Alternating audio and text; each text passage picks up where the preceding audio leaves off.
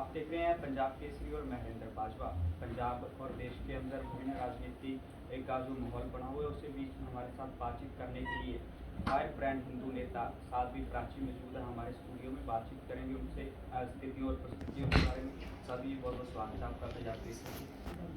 सभी शुरुआत करते हैं पंजाब के संदर्भ में। आप पंजाब आए, कैसे देखते हो पंजाब में चुनावी माहौल? पंजाब में चुनावी माहौल है, चुनावी सरगर्मियां बहुत तेजी के साथ बढ़ रही है क्योंकि 20 तारीख में मतदान है। पंजाब क्रांतिकारियों की भूमि रही है, भगत सिंह की भूमि रही है, फतेह सिंह जोरावर की भूमि रही है और इस क्रांतिकारी भूमि पर नशा, ड्रग्स, धर्मांतरण बड़ी तेजी के साथ बढ़ रहे हैं। उस पर क्योंकि चुनाव में हर व्यक्ति को मतदान करने का अधिकार मिला, केवल एक अधिकार मिला है, उसी अधिकार का हम प्रयोग करें जो पंजाब के हित में है, पंजाब के युवाओं के हित में है, पंजाब की जनता के हित में वो होना चाहिए और उसका प्रयोग हमें जरूर करना चाहिए। चुनावी सरगर्मियों में ही ये निर्णय लिए जाते हैं, इसीलिए मैं पंजाब में आई। कैसे देखते हो आप, जो आपने मुद्दा उठाया नशे का, कैसे देखते हो कौन जिम्मेवार है उसके लिए और कैसे इसका जो समाधान हो सकता है? देखिए, इसके लिए अगर जिम्मेदार माना जाए तो सीधी सीधी मैं कहूंगी कि कांग्रेस सरकार जिम्मेदार है।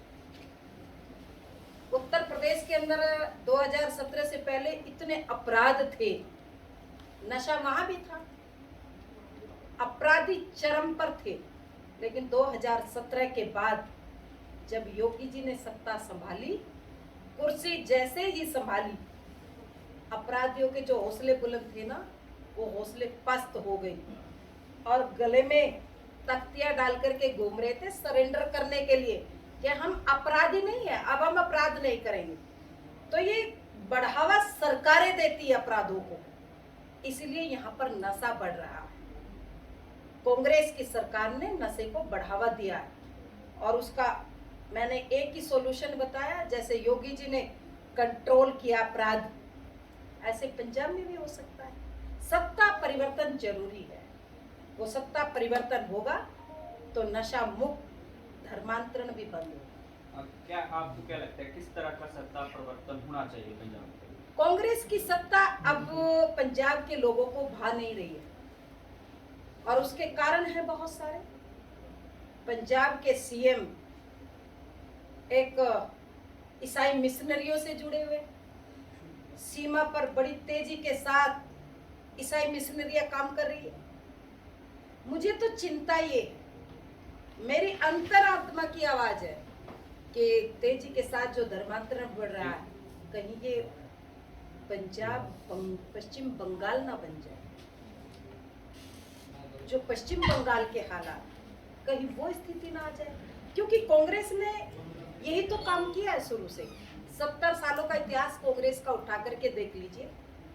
पश्चिम बंगाल में जो आज हालात, ये आज के नहीं है, ये तो बहुत पुराने बीज बोए हुए, वे आज पौधे बन गए हैं और उसका परिणाम लोगों के घर जल रहे हैं, लोगों की दुकानें जल रही है, लोगों के मकान दुकान सब जल रहे, बिजनेस सब खत्म हो रहे। तो वही हालात यहाँ हो सकते हैं, इसलिए कांग्रेस को हटाओ।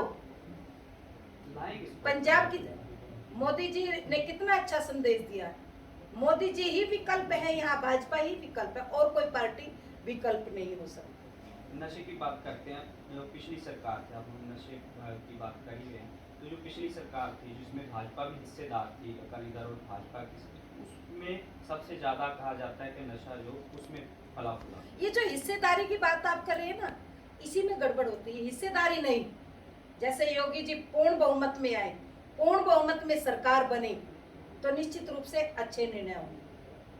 आप कन्वर्शन की बात की थी, कैसे देखते हो कि एक कन्वर्शन हो रहा है? आप कह रहे हो कन्वर्शन हो रहा है, लोग भी कह रहे हैं और विपक्ष भी कह रहा है कन्वर्शन हो रहा है। पंजाब में आप किस तरह देखते हो इस सारे कन्वर्शन के एपिसोड? मैंने बताया है ना कि ये कोई आज का नहीं है, ये कांग्रेस की बहुत पुरानी नीति है। बीज बोएगी, उसमें खाद पानी देगी और खाद पानी देने के बाद फिर वो पौधा उगेगा, फिर जब वो फल आएगा तो फिर उसमें हल्ला मचाएगी। कांग्रेस ने तो बीज बोए हैं, और कांग्रेस ने जो बीज बोए हैं उसका परिणाम है कि आज जो सीमावर्ती जो क्षेत्र है पंजाब का, वहां सबसे ज्यादा धर्मांतरण हो रहा है। क्यों हो रहा है? क्योंकि पंजाब के सीएम उसको बढ़ावा दे रहे हैं। मैं खुले रूप में आपके चैनल पे बात कर रही हूँ। क्यों कर रही हूँ? क्योंकि मुझे पता है धर्मांतरण किस स्थिति में बढ़ता है। गरीबी में बढ़ता है। भोले भाले लोगों को मुट्ठी भर चावल दे करके उनकी गरीबी का फायदा उठाते हैं ये ईसाई मिशनरियाँ। शिक्षा का अभाव, उन भोले भाले लोगों में बोलते हैं कि राम का नाम लोगे तो गाड़ी नहीं चलेगी बच्चों को बैठा करके, कृष्ण का नाम लो, शिव का नाम लो, माता रानी का नाम लो, नहीं चलेगी। और जैसे ईसा मसीह का नाम लेते तो गाड़ी फर्राटे से निकलती है। तो ये क्या हो रहा है? ये योजनाबद्ध तरीके से भोले भाले लोगों को ईसाई बनाया जा रहा है। ये तभी खत्म होगा जब सरकार में परिवर्तन होगा पंजाब के अंदर, और जैसे परिवर्तन होगा तो कड़े से कड़ा कानून बनेगा, ये तुरंत रुक जाएगा। तो आगे बढ़ते हैं। यूपी से हैं आप, यूपी में 7 चरणों में मतदान हो रहा है, कैसे देखते हैं, क्या स्थितियां हैं यूपी की? और बहुत अच्छी स्थिति हमारी यूपी की और हमारे उत्तराखंड की। 2 चरणों में वहां मतदान हो चुका, चिंता न करें। पूर्ण बहुमत में भारतीय जनता पार्टी की सरकार बन रही है दोनों प्रदेशों में, उत्तराखंड में भी और उत्तर प्रदेश में। कहा जा रहा है कि जोगी आदित्यनाथ हैं, उनको एज ए पीएम भी प्रोडक्ट कर रहे हैं कुछ लोग। आप भी साधु हैं और वो भी साधु हैं। एक साधु जब प्रधानमंत्री बनता है आपको कैसा लगता है? देखिए, हमें तो अभी मोदी जी ही अच्छे हैं, मोदी जी अच्छे लगते हैं। अब योगी जी की वहाँ जरूरत नहीं, उत्तर प्रदेश में जरूरत है भाई। उत्तर प्रदेश को संभालने दो, क्योंकि वहाँ ज्यादा अपराध है। उत्तर प्रदेश में ज्यादा जरूरत उत्तर प्रदेश में योगी जी की। बहुत चर्चा का विषय है इस समय, कर्नाटक से शुरू हुआ और पूरे देश में गया हिजाब का। क्या देखते हैं आप इसमें, क्या स्थितियां रही हैं इस सारे एपिसोड में? ये मेरा विषय आ गया आपके चैनल पे। जिन लोगों ने तलवार के डर से सलवार पहनी थी ना, ये जोकर जो हैदराबाद वाला चिल्लाता और चीखता है हिजाब हिजाब हिजाब, इसने एक फौज जो तैयार कर रहे, एक तो वो शाहीन बाग की शेरनियां तैयार की थी, अब इसने हिजाब वाली शेरनियां तैयार कर रहे हैं। ये सपने छोड़ दे, क्योंकि शिक्षा जहाँ विद्यालय जो होते हैं वहां पर शिक्षा का काम, शिक्षा का मंदिर होता है, और उस मंदिर पर इतनी गंदी राजनीति। ये हैदराबादी जोकर, शर्म आनी चाहिए इसको, चुल्लू भर डूब करके पानी में मर जाना चाहिए। अरे जहां पर शिक्षा, बच्चे शिक्षा लेने जाते हैं, वहां पर ड्रेस कोड एक होना चाहिए। और मुझे तो शर्म आई एक दिन, सिखों की पगड़ी के ऊपर उसने बकवास की है। सिखों की पगड़ी तो सम्मान के लिए, हिजाब कभी सम्मान का नहीं हो सकता है। हिजाब पहनो, अपने घर में पहनो। और ये जो जिद कर रहे हैं ना, मैं चैलेंज करती हूँ इसको, हैदराबादी को, और सभी चैनलों पे बल्कि चलना चाहिए। मैं चैलेंज करती हूँ, जिद करनी है तो जाकर के मस्जिद के लिए जिद करे ना। महिलाओं को मस्जिद में क्यों नहीं जाने देते? हमारे यहाँ तो मंदिरों में सब महिलाएं जाती है, सबको सम्मान दिया जाता है। चलिए, जिद करनी है तो मस्जिदों में भेजिए अपनी बेटियों को, बहुओं को, हम उनके साथ हैं। ये गंदी मानसिकता। और मैं पूछती हूँ ओबीसी से कि हिजाब के लिए जो तुम कह रहे हो ना, हिजाब वाली लड़की एक दिन पीएम बनेगी, सपने छोड़ दो। ये तो अपने क्षेत्र की सभासद नहीं बन पाएंगे ये लोग इस तरह के। और तुमने कितने अपने पार्टी के विधायक बनाए हैं हिजाब वाली? जरा देश को जवाब तो दे। सांसद कितने बनाए हैं भाई तुमने? अपने पार्टी की कितनी कार्यकर्ता, कितने अधिकारी, कितने पदाधिकारी तुम्हारी पार्टी की है?